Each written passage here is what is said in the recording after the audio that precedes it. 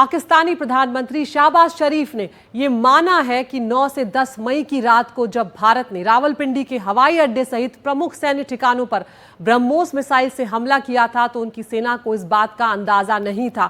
ये बड़ी खबर इसलिए क्योंकि एक और कबूलनामा पाकिस्तान के प्रधानमंत्री की तरफ से सामने आया है, जिन्होंने ये माना है कि उन्हें भारत ने भारी नुकसान पहुंचाया है, उनके आतंकी ठिकानों को, उनके मुख्य रणनीतिक एयरबेस को।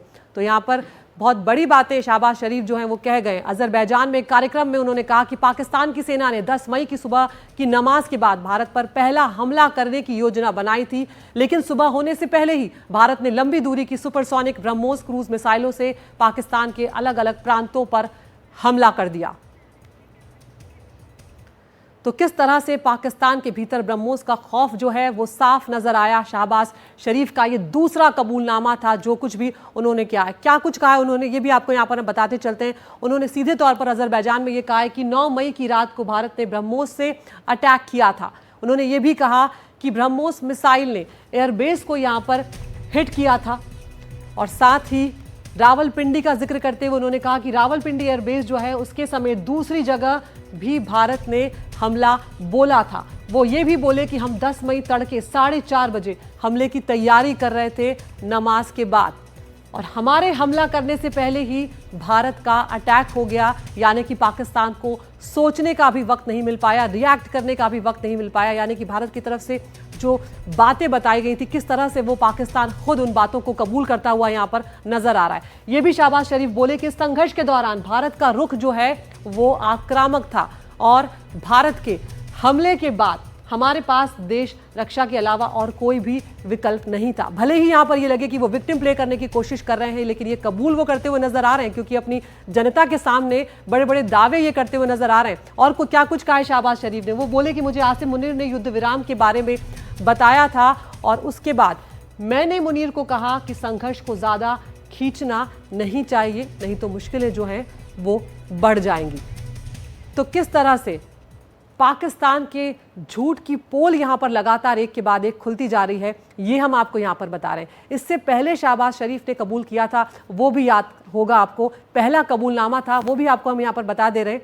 नूर खान एयरबेस को लेकर शहबाज शरीफ ने कबूल किया था और कहा था कि नूर खान समेत कई ठिकानों को बड़ा नुकसान भारत ने पहुंचाया है। पाकिस्तान ने ये माना था कि बड़ा नुकसान हो गया है, मुनीर ने ये मान लिया था कि हाँ पाकिस्तान को चोट पहुंचा दी है भारत ने। 9 से 10 तारीख की जो दरमियानी रात थी, उस रात फ़ोन आया था, ये भी शहबाज शरीफ ने कहा था। जनरल आसिम मुनीर ने फ़ोन किया था, ये उन्होंने जानकारी दी थी और बताया था कि नूर खान एयरबेस पर हमले की जानकारी दी गई है।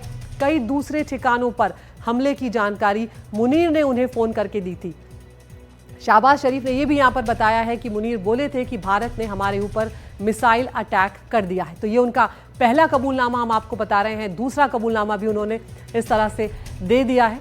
तो भारतीय हमलों से किस तरह से पाकिस्तान को नुकसान पहुंचा है, ये हम आपको लगातार दिखा रहे हैं। सैटेलाइट तस्वीरें आ चुकी हैं कि भारत ने किस तरह की तबाही मचाई है अपने इंडिजीनियस हथियारों के जरिए। तो यहाँ पर क्या कुछ नुकसान हुआ है वो आपको बताते चल रहे हैं। 5 साल पिछड़ा है पाकिस्तान का एयरफोर्स भारतीय हमलों से। भारत के सटीक हमलों ने सबको चौंका दिया। 7 मई की रात को 9 आतंकी ठिकानों को तबाह भारत ने यहाँ पर कर दिया था। इसके बाद 9 मई की रात आती है, कई एयरबेस जो हैं उन्हें नुकसान पहुंचाया, क्योंकि पाकिस्तान ने यहाँ पर फिर से एस्केलेट करने की कोशिश की थी, हमारे सैन्य ठिकानों को निशाना बनाने की कोशिश की थी। उसके बाद भारत ने उनके एयरबेस को निशाना बनाया था। चीन से खरीदे गए जो HQ-9 मिसाइल्स लॉन्चर्स थे, वो तक यहाँ पर भारत ने उनके नष्ट कर दिए।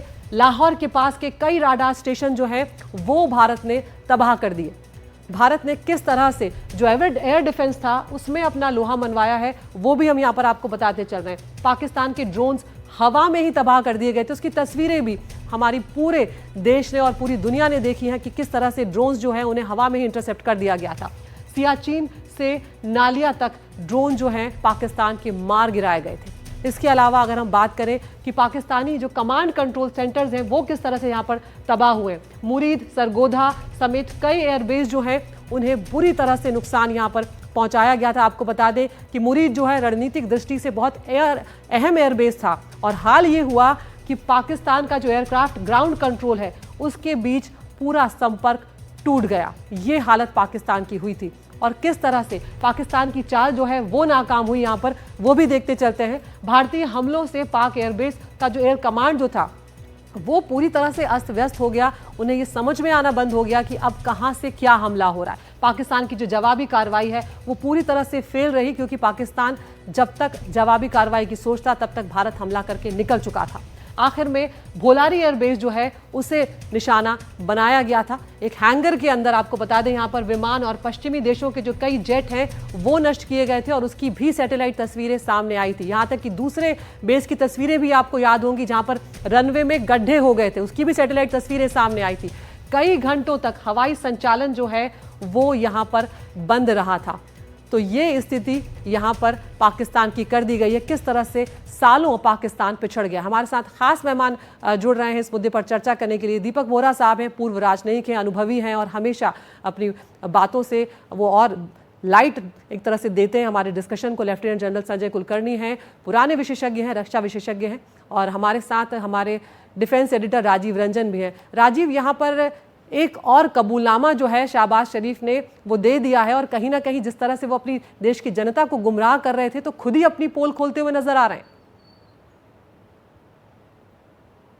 बिल्कुल पोल खोलते नजर आए हुए हैं, लेकिन आपको याद रखना चाहिए कि भारत जो है पहलगाम में 22 अप्रैल को आतंकी हमला होता है और 15 दिन तक पाकिस्तान कोई कार्रवाई नहीं करता है। उसके बाद 7 मई को भारत उन आतंकी ठिकानों पर निशाना बनाता है जहां से आतंकी तैयार होते हैं और भारत में खून खराबा करते हैं, और उसके बाद पाकिस्तानी सेना अपने आप को आतंकियों को बचाव में सामने आती है और भारत के खिलाफ कार्रवाई करती है, और उसके बाद ही भारत ब्रह्मोस जैसे मिसाइल का इस्तेमाल करता है, जिसका दर्द जो है पाकिस्तान भूल नहीं पा रहा है।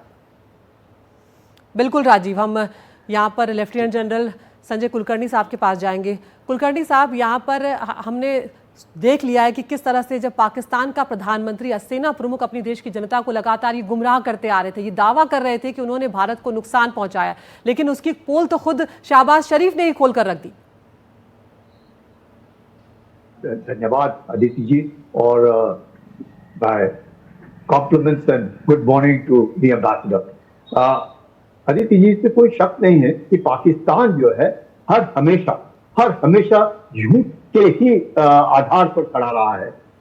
आप अब देखिएगा कि धीरे धीरे किस प्रकार से भारत के अंदर जो बातचीत हो रही थी, किसने किसको बताया, क्या बताया, ये साफ साबित हो गया कि अजरबैजान ने खुद उनके प्रधानमंत्री जिस तरीके से बातचीत कर रहे हैं वो साफ दर्शाता है कि किस प्रकार से 4:30 बजे सवेरे पाकिस्तान ने सोचा कि वो हिंदुस्तान पे हमला करेगा, लेकिन हिंदुस्तान ने ही प्रीएम्प्ट किया और उनके जो 11 एयर बेसेस है, इन्होंने खुद कबूला कि रावलपिंडी का जो मेन एयर बेस है उसको ध्वस्त किया गया, और जिस प्रकार से उनकी और उनके chief of the army staff की बात हुई और उन्होंने सोचा कि सीज फायर करने में ही भलाई है बनिस्बत, नहीं तो पाकिस्तान जबरदस्त नुकसान होगा।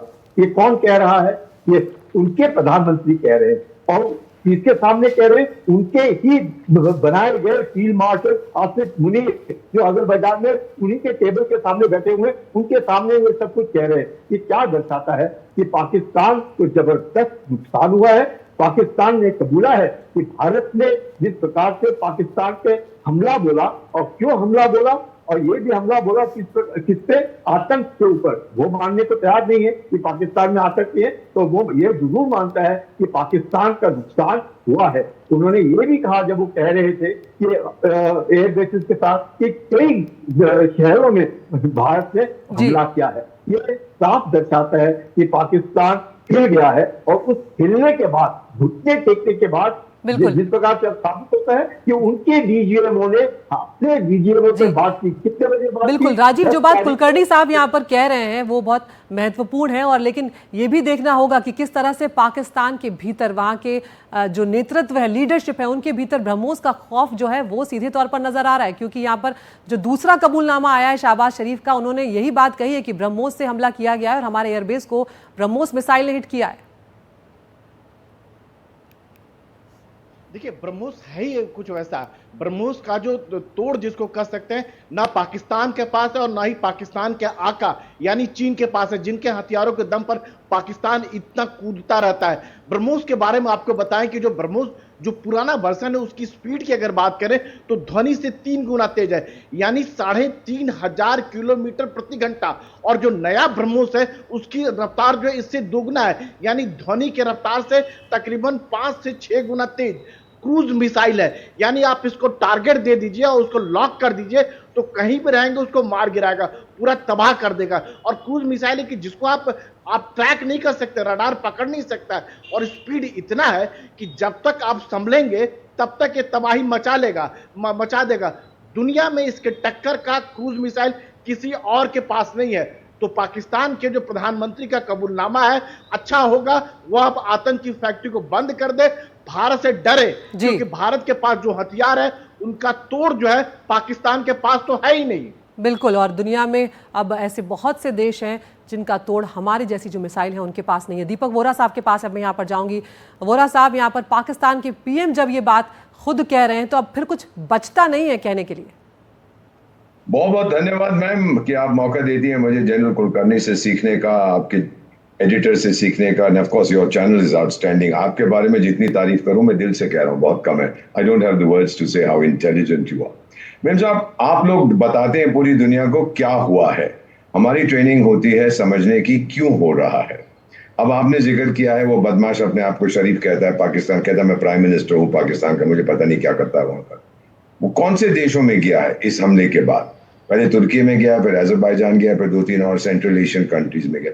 अपने अल्लाह के पास क्यों नहीं गया जिसका नाम इस्लामिक रिपब्लिक ऑफ चाइना है? वहां क्यों नहीं गया? क्योंकि चीनियों ने कहा है कि तूने मेरे को बिल्कुल एक्सपोज कर दिया मेरे हथियारों को, जो मैं टेस्ट करना चाहता तेरे के ऊपर। मैंने कभी वो हथियार टेस्ट नहीं किए किसी देश में, लेकिन तू तो गिनी पे गया, तू तो बेवकूफ है, तू तो मेरे बूट पॉलिश करता है, चल मर जा वहां पे, देख तूने टेस्ट कर दिए। He hasn't gone to China at all. अभी वहां जाके अब क्या बोलता है जनरल कुलकर्णी साहब? ही सेज कि मुझे मेरे आर्मी चीफ का फोन आया और मैंने उसको आदेश दिया कि आप सीज फायर करिए, मत चलाइए गोली। क्या बकवास कर रहा है? ये तो आर्मी चीफ के घर जाके जो टुकड़े वो बाहर फेंकता है अपने जानवरों के लिए जाके वो खाता है। मैंने आदेश दिया क्योंकि क्यों जनरल साहब? I'll tell you what the reason is, which I've assessed, analyzed, and it's been confirmed. बहुत से मेरे दोस्त हैं, उन्होंने कहा है कि आर्मी चीफ ने इसको फोन करके बोला साहब मैं पिट रहा हूं, अब बोलिए मैं क्या करूं, अपने ऊपर ले लीजिए ये युद्ध विराम, ये जो भी अग्रीमेंट है कि we will stop aggressive action. अगर मैंने आपको कहा कि मैं रोक रहा हूं, मैं तो मर गया, मेरी फौज मेरे को सुबह के नाश्ते में खा जाएगी।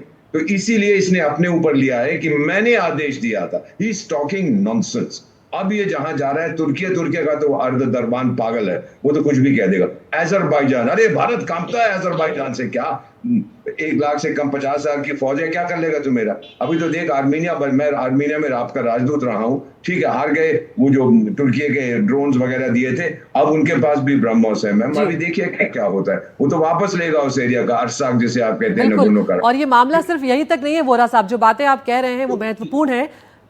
भारत और पाकिस्तान के बीच जो तनाव चल रहा है वो चरम पर है यहाँ पर, ये भी हमें देखना जरूरी है, क्योंकि अभी ऑपरेशन सिंदूर खत्म तो नहीं हुआ है, ये भी हम जानते हैं। भारत सिंधु जल समझौता जो है वो स्थगित करके पाकिस्तान की कमर तोड़ चुका है, और तब भी पाकिस्तान की जो हेकड़ी है वो कम नहीं हो रही है। और इस बीच पाकिस्तान के सेना प्रमुख आसिम मुनीर ने कहा कि इस्लामाबाद जल के मुद्दे पर कभी समझौता नहीं करेगा। ये मुद्दा 24 करोड़ पाकिस्तानियों के मूल अधिकारों से जुड़ा है, ये भी वो कह रहे हैं। और ये कहते हैं कि पाकिस्तान किसी भी कीमत पर भारतीय आधिपत्य को स्वीकार नहीं करेगा। इससे पहले सिंधु जल समझौते पर पीएम नरेंद्र मोदी पाकिस्तान को ये साफ संदेश देते हुए कह चुके हैं कि अभी तो हमने ज्यादा कुछ किया भी नहीं है यहाँ पर।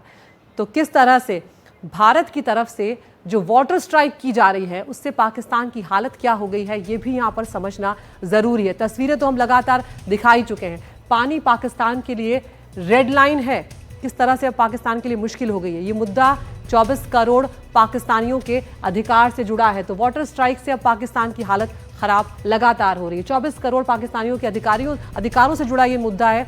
और भारत की तरफ से जब सिंधु जल संधि स्थगित करना था तो वो पाकिस्तान को अस्वीकार्य है, ये यहाँ पर वो कहते हुए नजर आ रहे हैं। ये भी कह रहे हैं कि इस्लामाबाद पानी के मुद्दे पर कभी समझौता नहीं करेगा। ये भी कह रहे हैं साथ ही कि पाकिस्तानियों के अधिकार पर हम समझौता होने नहीं देंगे। तो ये बड़ी बड़ी बातें यहाँ पर वो कहते हुए तो नजर आ रहे हैं, लेकिन यहाँ पर ये भी समझना होगा कि भारत ने किस तरह से अपना स्टैंड साफ कर दिया है। सिंधु जल समझौते पर प्रधानमंत्री नरेंद्र मोदी दो टूक बातें कह चुके हैं। उन्होंने सीधे तौर पर कहा है कि अभी तो हमने ज्यादा कुछ किया भी नहीं है, अभी तो ये शुरुआत भर है, और इतने में ही पाकिस्तान के पसीने छूटने लगे हैं। प्रधानमंत्री ने यह भी कहा था कि अभी सिर्फ जो संधि है उसे स्थगित करने का फैसला यहां पर लिया गया है। हमने देखा था वहां पर तस्वीरें, जब कुछ दिनों के लिए पानी रोक कर छोड़ा गया था, वहां पर बाढ़ जैसी स्थिति पैदा हो गई थी, पानी रोका गया था तो सूखा पड़ने लगा था। प्रधानमंत्री ने यह भी कहा कि हम डैम की साफ सफाई अभी हम करवा रहे हैं, और सिर्फ ये जो साफ सफाई हो रही है उससे, डैम की सफाई से ही पाकिस्तान में बाढ़ की स्थिति पैदा हो गई है। तो ये बहुत महत्वपूर्ण है। हमारे साथ हमारे तमाम मेहमान बने हुए हैं यहाँ पर। दीपक वोरा साहब, यहाँ पर ये देखना भी बहुत महत्वपूर्ण होगा कि हमने किस तरह से कहा था कि ऑपरेशन सिंदूर जो है वो अभी खत्म नहीं हुआ है, लेकिन यहाँ पर रणनीतिक दृष्टि से भी देखा जाए तो भारत लगातार आक्रामक है, और पाकिस्तान को यहाँ पर पानी के मुद्दे पर तो कम से कम पानी पिला दिया जा रहा है। Beautifully said. जनरल साहब उस एरिया को जानते हैं, मैं तो स्पेशल एडवाइजर हूं कारगिल लेह में, मैं उस एरिया को बहुत अच्छी तरह से जानता हूं। मैं इतना आपको बता देता हूं, कौन बकवास कर रहा है the suspension of Indus water treaty. ये मुल्ले को क्या आता है? वो जाग तू गोली वोली चला, तू क्यों पॉलिटिकल एरियाज में इंटरफेयर करता है? आपके आर्मी चीफ ने कुछ नहीं बोला कि हम सस्पेंड कर रहे हैं, अबेयंस में रखना, नेवल चीफ ने, एयरफोर्स चीफ ने, प्राइम मिनिस्टर ने बोला इट्स अ पॉलिटिकल डिसीजन। तू क्यों बीच में फुदक रहा है भाई? ये बताने की कोशिश कर रहा है कि रहनुमा अल्लाह पाकिस्तान का मैं हूं और कोई नहीं है। Second thing I want to tell you ma'am, हमने इसको अबेयंस में रखा है ना, जो आपने अभी शब्द यूज किया था हिंदी का, इन इंग्लिश भी से कैप्टन है। सर, कुछ क्षणों के लिए आप लोगों को रोकूंगी। यहाँ पर बीजेपी के संबित पात्रा इस वक्त प्रेस कॉन्फ्रेंस कर रहे हैं, सुनते हैं। कांग्रेस पार्टी ने भारत की सेना के ऊपर सबूतों के आधार पर उठाए थे। राहुल गांधी पूछते हैं कितने रफाल गिराए, रमेश पूछते हैं कितने रफाल गिराए, रेवंत रेड्डी पूछते हैं बताओ कितने रफाल गिराए। ये जो पाकिस्तान के बब्बर हैं वो हिंदुस्तान के गब्बर हैं। बताओ कितने रफाल गिराए। ये पाकिस्तान के बब्बर, ये हिंदुस्तान के गब्बर हैं। और याद रखो, हिंदुस्तान के गब्बरों, तुम्हारी वही होगी जो जय और वीरू ने गब्बर का किया था। भारत का जय और भारत का वीरता, भारत की वीरता और भारत के जय के कारण गब्बर का पराजय निश्चिंत है। आप सोच जरा देखिए, कभी भी राहुल गांधी ने यह नहीं पूछा कि कितने पाकिस्तान के एयरबेस ध्वस्त हुए, कभी भी यह नहीं पूछा कितने आतंकी अड्डे ध्वस्त हुए, कभी भी यह नहीं पूछा कि कितने आतंकवादी मारे गए। पूछा तो केवल इतना कि कितने हवाई जहाज हिंदुस्तान के गिरे। मगर चलिए, कल तो एक बात अच्छी हुई कि प्रेस कॉन्फ्रेंस में मैं देख रहा था, जयराम रमेश ने कम से कम यह तो माना कि भारत की अर्थव्यवस्था 10 गुनी बढ़ गई है। इतना ही उनके प्रेस कॉन्फ्रेंस में सत्यता थी। और आज मैं पूछना चाहता हूं राहुल जी, आज देश जानता है कि कांग्रेस में भी दो फाड़ है। एक वो कांग्रेस जो पाकिस्तान का समर्थन कर रही है, और कांग्रेस के अंदर भी कुछ ऐसे नेता हैं जो देश के लिए आवाज उठाना तो चाहते हैं किंतु आपके कारण उठा नहीं पा रहे। और ये जो जय हिंद की यात्रा आपने निकाला है, और हर जय हिंद की यात्रा में, कल रेवंत रेड्डी जी पूछ रहे थे कि हिंदुस्तान की कितनी जहाजें गिर गई, परसों रमेश जी पूछ रहे थे, ये जो जय हिंद की यात्रा आपने निकाला है, ये जय पाकिस्तान की यात्रा ज्यादा लग रही है, जय हिंद की यात्रा कम लग रही है। इससे अच्छा होगा आप यात्रा बंद करिए और पाकिस्तान के साथ सलाह मशवरा करके कंबाइंड प्रेस कॉन्फ्रेंस करिए। यही आपकी आज वास्तविकता है। ममता जी ने भी कल बहुत ही, मैं कहूंगा, जो नहीं कहना चाहिए उस प्रकार की बातें कल ममता बनर्जी ने कहा है।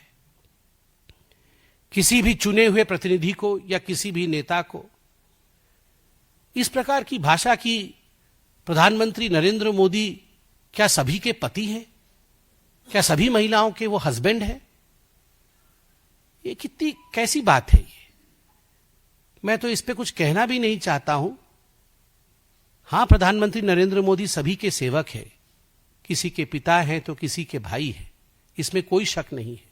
मगर इसमें भी कोई शक नहीं है ममता जी कि जितने भी घुसपैठिए हैं और जितने भी बांग्लादेशी हैं जो भारत में घुसपैठी के रूप में अंदर आए हैं, जितने भी रोहिंग्यान हैं जो आज हिंदुस्तान में शरणार्थी नाम पे घुसपैठिए बन के बैठे हुए हैं, उन सब को अगर शरण देने का काम किसी ने किया है, उन सब की कोई चहेती है, तो वो ममता बनर्जी जी आप ही है।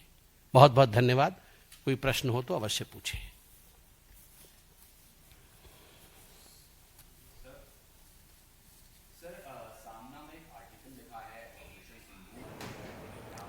तो यहाँ पर संबित पात्रा को हम सुन रहे हैं, विपक्ष पर हमलावर हैं। ऑपरेशन सिंदूर को लेकर वो कह रहे हैं कि विपक्ष सेना से सबूत मांग रहा है और सेना के शौर्य पर सवाल जो है वो आखिर कब तक उठाए जाएंगे। तो विपक्ष पर ठाकरे जी जब स्वर्ग में देखते होंगे तो सोचते होंगे कि किनको मैं पीछे छोड़ के आया। तो आप सभी जानते हैं संजय राउत और सामना आजकल उसका वजूद क्या है और वो किसके लिए लिखती है, तो उस पर कमेंट करना भी मुझे लगता है उचित नहीं है।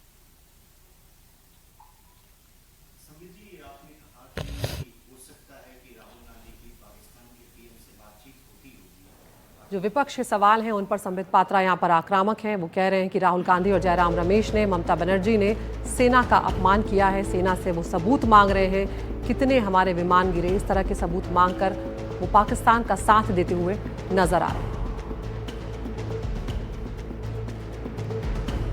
तो सेना के शौर्य पर सवाल आखिर कब तक उठाए जाएंगे, ये सवाल यहाँ पर बीजेपी उठा रही है।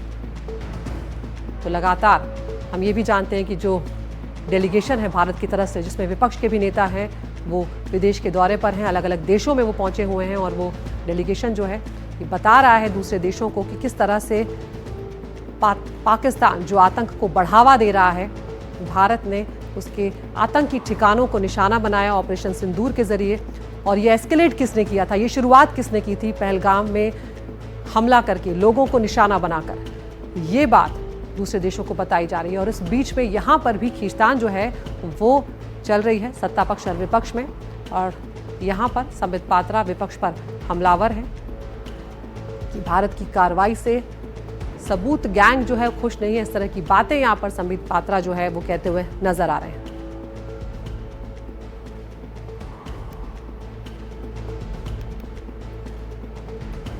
तो यहाँ पर एक बार फिर से हम अपने मुद्दे पर वापस लौटते हैं। सिंधु जल समझौते पर किस तरह से भारत आक्रामक रहा है ये हमने यहाँ पर देखा। कुलकर्णी साहब, यहाँ पर अगर देखा जाए तो चाहे वो ऑपरेशन सिंदूर से जुड़ा मामला हो, चाहे वो रणनीतिक दृष्टि से हम देखें, कूटनीतिक दृष्टि से देखें, तो भारत ने चारों तरफ से पाकिस्तान के पसीने तो छुड़ा ही दिए हैं। अदिति जी को देखिए, दो चार बातें मैं बताना चाहूंगा इंडस वाटर ट्रीटी पे, खासकर डीसिल्टिंग को लेकर के। जो डीसिल्टिंग आज तक नहीं हुआ, अब होने के कारण वहां पे बाहर आ गए। जिस प्रकार की भाषा उनके असित मुनीर इस्तेमाल करें, वही भाषा अपनी सही इस्तेमाल कर रहा है। और ये साफ दर्शाता है कि कहाँ आर्मी और कहाँ एक टेरर ऑर्गेनाइजेशन दोनों हैंड इन ग्लव है और दोनों मिली भगत से चल रहे हैं, क्योंकि भाषाएं दोनों की एक ही है। भारत ने साफ किया है कि पानी और खून एक साथ नहीं बहेगा। उनका कहना है कि पानी तो बहेगा, पानी को कौन रोक रहा है, लेकिन पानी के साथ अगर खून बहेगा, क्योंकि ये जो पीछे हमने की थी 7 साल पहले इस मकसद से की थी कि दोस्ती का भाव बना रहेगा, भाईचारा बना रहेगा और पाकिस्तान जो है नापाक हरकतें नहीं करेगा। पाकिस्तान ने तो नापाक हरकतें रोकी ही नहीं, आतंक फैलाता रहा, आतंक का सहारा लिया, आतंक का गढ़ बन चुका है। Anything Pakistan is using terrorism as an instrument of state policy. तो जाहिर है कि उस पानी के ऊपर अब सोचना पड़ेगा। पानी बंद नहीं हुआ है, पानी को हम किस तरीके से कंट्रोल करेंगे वो हम देखेंगे। और अभी से ही पाकिस्तान जो है दिन बना गया है, डर गया है। और आप देखिएगा सिंध के अंदर क्या होगा, सिंध के अंदर नहर को अपना उसको अलग तरीके से चोलिस्तान में ले जाया जा रहा है। चोलिस्तान वो जगह है जहाँ पे पाकिस्तान आर्मी ने अपने लोगों को, जनरलों को जमीन दी है और वहां पे पूरा का पूरा इलाका अपने लिए बना। तो पाकिस्तान की जो फौज है निरंतर पाकिस्तानियों को जिस प्रकार से उनका मैं कहूँगा एक तरीके से शोषण कर रही है, उसको देखते हुए और जिस प्रकार से पाकिस्तान की फौज और जो टेररिस्ट ऑर्गेनाइजेशन है, जैसे हाफिज सईद देखा कि उसकी बातचीत और मुनीर की बातचीत में कोई अंतर नहीं है, ये रेडिकलाइज चीफ है और अपने ही खामियों को दूर करने के लिए अपने आप को फील्ड मार्शल बना दिया है। आप जी, तो कुलकर्णी साहब, अगर ये हम सिंधु जल संधि की ही बात करें, अगर आप जिस तरह से आप बता रहे हैं, तो अब मौसम बदल रहा है, मानसून दस्तक दे चुका है। ऐसे में आने वाले दिनों में क्या पाकिस्तान के लिए और मुश्किलें खड़ी कर सकता है भारत यहाँ पर? बिल्कुल, बहुत जबरदस्त मुश्किलें खड़ी कर सकता है। तो डीसिल्टिंग होने के बाद क्या होगा? अभी तो सिर्फ हम 20% ही पानी रोक पा रहे थे, क्योंकि बाकी पानी तो सारा का सारा बह रहा था। अब क्या होगा? अब डीसिल्टिंग के बाद पानी जो है वो अब ज्यादा हमारे यहाँ रुकेगा और बारिश होगी, तो रन एवर वाटर में सारा पानी जितना का जितना बाहर, मतलब पाकिस्तान को ये नहीं पता चलेगा कि व्हाट इज हिटिंग पाकिस्तान, क्योंकि पहले तो पाकिस्तान आराम से धीरे धीरे पानी ले रहा था। अब शुरुआत में हम पानी को रोक सकते हैं और उसके बाद हम जब चाहे उसको छोड़ सकते हैं। तो पाकिस्तान को ये नहीं पता चलेगा कि पानी कब छोड़ रहे हैं और कब छोड़ रहे हैं। जब दोस्ती थी तो हम बताते थे कि हम गेट खोल रहे हैं, आप अपना संभाल लीजिएगा। अब हम बताएंगे नहीं, क्योंकि इट इज हेल्ड इन अब्रेंस, क्योंकि पाकिस्तान तो नापाक हरकतें कर रहा है, उसके साथ तो बातचीत करना बेकार है। तो ये साफ दर्शाता है कि पाकिस्तान घबरा गया है और उस हड़बड़ाहट में उनके जो chief of the army staff जिस तरीके से बात कर रहे हैं, वो साफ है कि पाकिस्तान और टेरर ऑर्गेनाइजेशन जो उन्हीं को उठाते हैं। ये कहना कि लश्कर तैयबा, हिजबुल मुजाहिदीन, जैसे मोहम्मद, ये जो रेजिस्टेंस फ्रंट, कश्मीर टाइगर्स, ये कोई अलग अलग नहीं है, ये सब एक ही है, ये उन्हीं के मुखौटे हैं। और अब साफ दर्शा क्यों मसूद अजहर के परिवार के जनाजे में इतने सारे लोग आए। बिल्कुल, आप बने रहिए हमारे साथ कुलकर्णी साहब, यहाँ पर महत्वपूर्ण बात है। लेकिन एक और बड़ी खबर का हम यहाँ पर रुक कर रहे हैं, पाकिस्तान को लेकर ये बड़ी खबर सामने आ रही है। भारत ने टेरर फंडिंग पर पक्के सबूत जुटा लिए हैं। ये फिलहाल सूत्रों के हवाले से ये खबर आ रही है। एफएटीएफ की बैठक में डॉजियर जो है वो दिए जाएंगे। आतंकियों को फंडिंग के सबूत, किस तरह से लगातार फंडिंग कर रहा है आतंकियों को पाकिस्तान, उसके सबूत देगा भारत। और साथ ही पाक को ग्रे लिस्ट में फिर से डालने के लिए ये सबूत जो हैं वो दिए जाएंगे, जिसकी कोशिश भारत एक बार फिर से यहाँ पर करता हुआ नजर जा रहा है। चलते हैं हमारे मैनेजिंग एडिटर अखिलेश शर्मा के पास। यहाँ पर अखिलेश, ये बहुत महत्वपूर्ण हो जाता है क्योंकि एफएटीएफ की बैठक में जब इस तरह के सबूत सामने रखे जाएंगे, अब तो सैटेलाइट तस्वीरें भी हमारे सामने हैं, तो शायद यहाँ पर पाकिस्तान को ग्रे लिस्ट में डालने में एक बार फिर से यहाँ पर कामयाबी मिल सकती है भारत को। क्या डिटेल्स है? निश्चित तौर पर, और भारत ने सबूत जुटाए हैं। आर्थिक तौर पर एक इकोनॉमिक डोजियर जो है वो तैयार किया है, जो कि फाइनेंशियल एक्शन टास्क फोर्स यानी एफएटीएफ की अगली बैठक में रखा जाएगा, जिसमें कि ये कहा जाएगा कि जिस तरह से पाकिस्तान को मदद दी जाती है और जब भी विदेशी रूप से मदद मिलती है, चाहे वो वर्ल्ड बैंक की ओर से हो, चाहे आईएमएफ की ओर से हो, उस मदद का इस्तेमाल पाकिस्तान आतंकवाद को बढ़ावा देने में करता है। भारत ने जो सबूत इकट्ठे किए उसमें साफ तौर पर दिखता है कि जब जब पाकिस्तान को विदेश से मदद मिली है, तब तब उसने अपनी विदेशी मदद का 18 से लेकर के 20% तक रक्षा बजट बढ़ा दिया। यानी वो पूरी विदेशी मदद जो है उसका इस्तेमाल अपनी रक्षा खरीद करने में पाकिस्तान करता है और बाद में इसको पीछे के दरवाजे से आतंकवादियों के हाथों में पहुंचा दिया जाता है। भारत ने पूरा डेटा निकाला है कई वर्षों का, जिस वर्ष पाकिस्तान को विदेशी मदद मिली है, आर्थिक मदद मिली है, उसका इस्तेमाल पाकिस्तान ने कैसे अपना डिफेंस बजट बढ़ाने में किया है।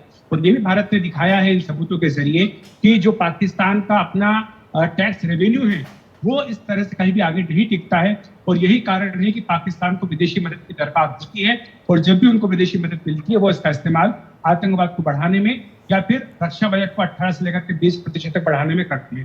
भारत ने ये भी सबूत दिया है कि कई ऐसे देश जो कि कॉन्फ्लिक्ट जोन में, जहां पर कि लगातार कॉन्फ्लिक्ट चल रहा है, वो भी अपने जीडीपी का 12 से 13% ही जो है वो रक्षा बजट में खर्च करते हैं, लेकिन पाकिस्तान 18% से लेकर के 20% तक खर्च कर रहा है। और ये दिखा रहा है कि किस तरह से पाकिस्तान विदेशी मदद का दुरुपयोग कर रहा है। और इसीलिए अब अगली बैठक जब भी एफएटीएफ की होगी तो उसमें कहा जाएगा भारत की ओर से कि इसको वापस ग्रे लिस्ट में रखा जाए ताकि इसके ऊपर आर्थिक पाबंदियां लगाई जा सके। जी, हमारे साथ रक्षा विशेषज्ञ संजय कुलकर्णी साहब भी बने हुए हैं। अखिलेश, आप बने रहिए हमारे साथ।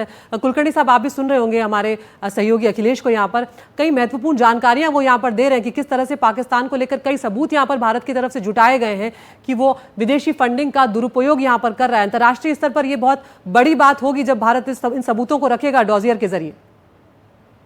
देखिएगा आदित्य जी, इसमें कोई शक नहीं कि पाकिस्तान आइसोलेट जरूर होएगा। पाकिस्तान के बारे में विश्व को मालूम है, एक विडंबना है, वही आईएमएफ जो अमेरिका के नीचे है 24 में वो बेल आउट दे रहा है। क्या उनको मालूम नहीं है पाकिस्तान में कहाँ ओसामा बिन लादेन मारा और किससे मारा? अमेरिका ने ही मारा ना। और कितनी दूर पे मारा? 1 किलोमीटर की दूरी पर उनके पाकिस्तान मिलिट्री अकेडमी से। तो पाकिस्तान एक ऐसा देश है जो एक न्यूसेंस वैल्यू है, और उस न्यूसेंस वैल्यू और रोग नेशन होने के बावजूद भी अमेरिका उसकी मदद कर रहा है, आप देखते चीन उसकी मदद कर रहा है। तो ये जो है हम लोग जरूर कोशिश करते हैं फाइनेंशियल एक्शन टास्क फोर्स पे उसको बेलिस पे डालने की, लेकिन जो टेरर फंडिंग है वो लगातार करता रहता है। कहीं ना कहीं दूसरे अजीब और गरीब तरीके से कहीं ना कहीं से आप कितना भी पाकिस्तान के ऊपर दबाव डालने की कोशिश करें, जो पश्चिमी देश हैं उनको वन पॉइंट कांटेक्ट चाहिए, चाहे वो लोकतंत्र हो, पर वो लोकतंत्र से उनको ज्यादा प्यार नहीं है, उनको एक तानाशाही एडमिनिस्ट्रेशन से प्यार है। तो उनको मालूम है, आप देख रहे हैं 4 दिन की लड़ाई के बीच में क्या हुआ कि अमेरिका ने किससे बातचीत की, लड़ाई में मुनीर से बात की। तो मुनीर क्या है, तो एक फील्ड मार्शल, चाहे फील्ड मार्शल एक फील्ड मार्शल उसको बना के रखा हुआ है। तो मकसद एक ही है कि Pakistan knows how to survive, और वो सर्वाइव किससे करता है, किसी न किसी तरीके से कहीं ना कहीं जाकर। बिल्कुल कुलकर्णी साहब, और ये जो बातें आप कह रहे हैं, करता है। बिल्कुल ये जो बातें आप कह रहे हैं, इसको लेकर पाकिस्तान की जनता जो है उन्हें किस तरह से ये तानाशाह लीडरशिप जो है लगातार गुमराह कर रही है और कई मामलों पर सालों से उन्हें गुमराह किया जा रहा है।